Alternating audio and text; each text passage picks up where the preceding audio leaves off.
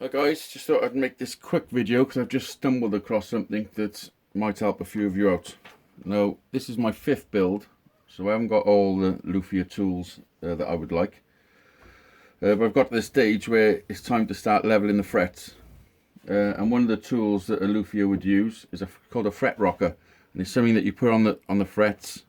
You put it over 3 frets, and if it rocks back and forth, then the middle one's too high. Or it determines whether something's too high or too low, and then you can mark the fret and you know what you're working with. But a decent one is quite expensive. I think it's about 22 quid if you buy it off Stuart McDonald, which is probably one of the main luthier tool outlets, definitely in the UK anyway, but if not all over the world. So I was going to make one. So I downloaded this template, which gives you the dimensions. It's just a 4-sided piece of steel with 4 different sizes. And to make this accurate, I mean, you need proper tools. So I was looking around my workshop and something caught my eye. And you've all probably got one. So, don't know if you can guess what it is. It's this. It's just a square. But this bit comes off.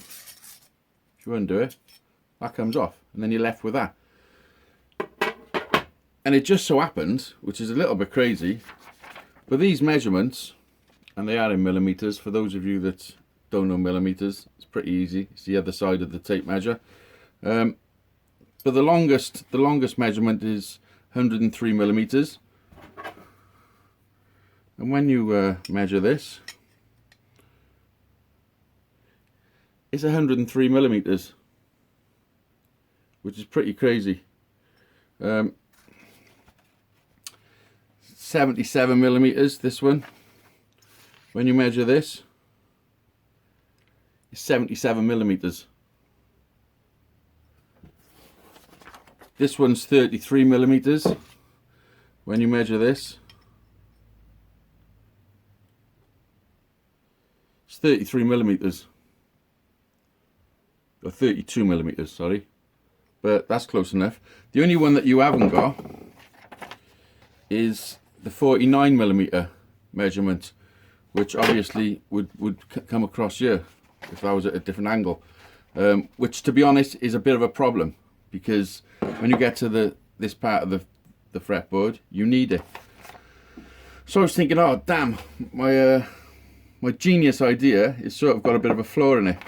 But then I looked at something else, which is always pretty straight, which is a razor blade, Stanley blade, and I measured it.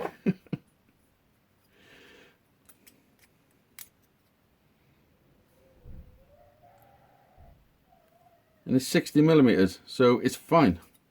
I mean, if you wanted to, you could cut a bit off the end, but it works fine for where you need it.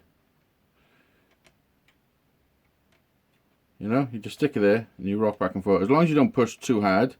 I mean, you could dull the edge of that with a file and keep it straight if you wanted to, but as long as you're sensible and you don't push too hard, you know, you're not going to damage anything. But it's all got to be sanded down anyway. So this bit works up here. There's a bit of a rock there. So yeah, that's why it's called a rocker. You basically stick it there, rock back and forth. Because I can do that, obviously that's too high. But I'm explaining to people as if you don't know what you're talking about. But if you're watching this video, you're looking for a fret rocker. So before you go and spend loads of money, because you can buy cheap ones for 8 quid or something, but the reviews are not great. And to be honest, I imagine this to be just as good. I mean, I've checked all sides with a ruler. It's as flat as it's going to be, you know. Each side is flat. And then when you get down to these ones, turn it to there, you know. So it's just a quick video before you go and spend all your money on fret rockers, especially if you're just an amateur like me. I mean, this is my 5th build, so you've probably got one in your workshop. So just remember, use that. And for the 49mm measurement, use a razor blade. Not going to keep you any longer. Hope this helps. If it do help you, think about sharing the video. Give me a thumbs up and subscribe if you're into guitar building, because this is one of my newfound passions. This is my 5th build, and this will be raffled off soon. So thanks for watching, and peace out.